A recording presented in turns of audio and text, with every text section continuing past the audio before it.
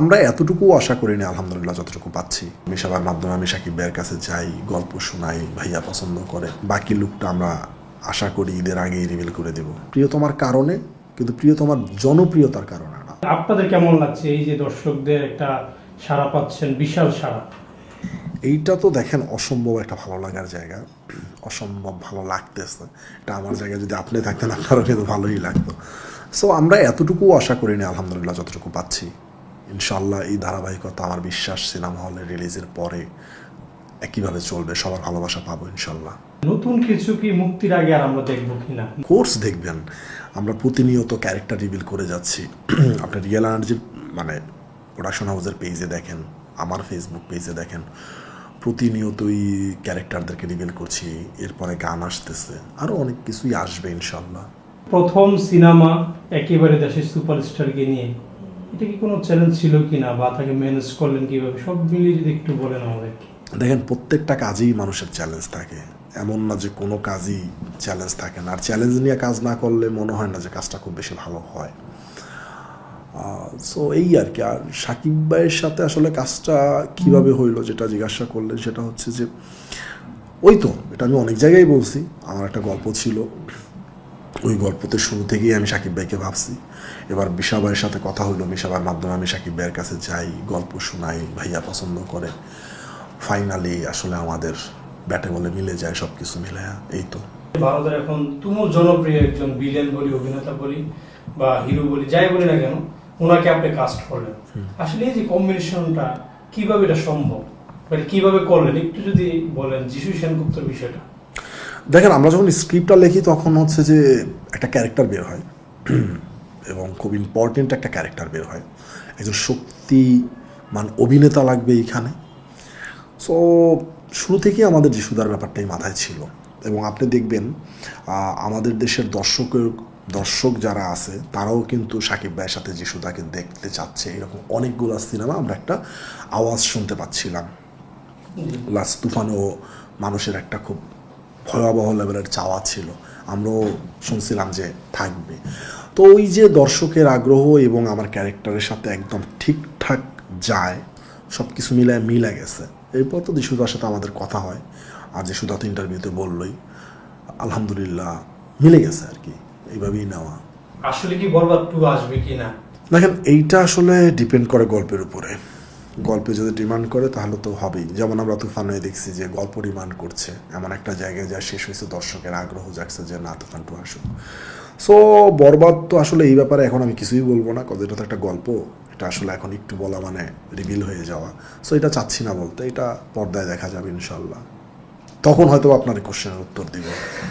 আপনি অনেকবার বলেছেন সেটে কি হয়েছে না হয়েছে, যেমন যিশু সেনগুপ্ত, শাকিব খান, দুজনকে নিয়ে সেটে আপনি ছিলেন, একটু কি বলবেন বিহাইন্ড দ্য সিনের আসলে গল্পটা কেমন ছিল? বিহাইন্ড দ্য সিন কালকে কিন্তু যিশু আপনাকে মানে গতকালকে যিশুদার ইন্টারভিউটা আসছে, মোটামুটি এটা ভাইরালও হয়েছে, ওনার মুখ থেকে তো শুনলো। এবার আমি যেটা কাছ থেকে দেখছি, আমি প্রথমে বুঝি নাই যে ওনাদের মধ্যে এই প্রথমবারের মতো দেখা হয়েছে।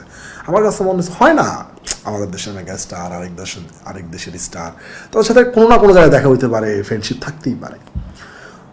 মানে এত সুন্দর বন্ডিংস ছিল তাদের, আড্ডা, শট শেষ করার পরে আড্ডা, কথা বলা, একসাথে ডিনার করা, সব কিছু না পরে শুনলাম যে না, এই প্রথম পরিচয় হয়েছে। আসলে দুইজনেই ভালো মানুষ যার যার জায়গা থেকে, যে শুধু অসম্ভব ভালো মানুষ। আর সাকিব ভাইয়ের ব্যাপারে তো আপনারা সবাই অবগত। সো যা হয় আর কি। শাকিব খানের বরবাদ সিনেমায় 2টা লোক থাকে, আমরা তো একটা দেখেছি, আসলে কি আরেকটা লোক আছে কিনা? আছে, আপনারা একটা লুক দেখছেন, আরেকটা লুক তো আসবে। আরেকটা লুকের তো আপনারা আসলে মূলত তো আপনারা দেখছেন হচ্ছে অল্প একটু, এক সাইড দেখছেন। সো এটা আমাদের ইচ্ছা করেই করা ছিল, আমাদের একদম প্ল্যানিংই ছিল যে এতটুকুই দেখাবো। এবং এতটুকুর কারণে দেখছেন তো যে কি পরিমাণ মানুষের তৈরি হয়েছে। এইবার বাকি লুকটা আমরা আশা করি ঈদের আগেই রিভিল করে দেব। এমন কি আছে যেটার জন্য মেহেদী হাসান হৃদয়কে দর্শকরা অনেক দিন মনে রাখবে? দেখেন, আমার কাছে ইম্পর্টেন্ট হচ্ছে নির্মাতাকে মনে রাখা না, এটা আমার পার্সোনাল মতামত বলছি আপনাকে। আমার কাছে মনে হয় হচ্ছে যে সিনেমাটাকে মনে রাখুক। আমরা চেষ্টা করছি এমন কিছু জিনিস রাখার জন্য যে ঠিক আছে, মানে মানুষ মনে রাখুক। এখন আসলে এটা সিনেমা রিলিজের পরে দেখা যাবে যে আসলে কতটুকু মনে রাখে, কতটুকু মনে রাখে না। আমাদের চেষ্টার কোনো কমতি ছিল না, আমরা যথাসম্ভব চেষ্টা করে গেছি, যতটুকু সম্ভব চেষ্টা করে গেছি। এবার বাকিটা রিলিজ হোক, সিনেমা দেখেন আপনারা তো আসেনই, বুঝবেনই তো সব কিছু, দেখবেন এই।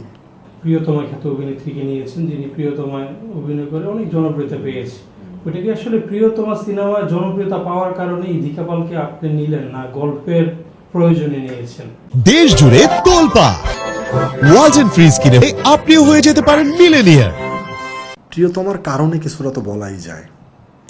প্রিয়তমার আগে আমি তো ইদিকা পলকে চিনতাম না, কিন্তু জনপ্রিয়তা পাইছে এর জন্য না, বলতে পারেন যে প্রিয়তমার কারণে নেওয়া হয়েছে। বিকজ প্রিয়তমা সিনেমা আমরা যখন দেখি, আমি যখন দেখি, তখন আমি মানে সিনেমা দেখার পরে একবারই বলছি যে দেখা বের হয়ে যে নায়িকাটা খুব ভালো করছে, অভিনয় খুব ভালো করে। সো যখন আমার সিনেমা হয়, সাকিব ভাইয়ের সাথে সাইনিং হয়ে যায়, তখন তো আমাদের একটা নায়িকা লাগবে গল্পে। সো এবার কাকে নেওয়া যায়, তো ওই যে মাথায় ছিল যে ইদিকা ভালো করে। এরপরও একটা তালিকা হয় আমাদের, শুধু যে ইদিকাই ছিল বিষয়টা তা না। তো সবারই একমত, একটা জায়গায় মতের মিল হয়েছে, সেটা হচ্ছে যে ইদিকা। দেন আমরা আসলে ইদিকার সাথে যোগাযোগ করি, তারপরে নেওয়া হয়। তো আসলে প্রশ্নের যদি উত্তরটা দিতে যে আপনি বলতে পারেন প্রিয়তমার কারণে, কিন্তু প্রিয়তমার জনপ্রিয়তার কারণে না। কারণ প্রিয়তমা যদি না হইতো তাহলে তো আমি ইদিকাকে চিনতাম না। এটা আমার ব্যর্থতা, হয়তো বা ও ওইখানকার অনেক ভালো ভালো কাজ করছে, হয়তো ওই কন্টেন্ট আমার চোখে পড়ে নাই, দেখা হয় নাই, এবং আমার মতো অনেকেই আছে দেখা হয় নাই এই।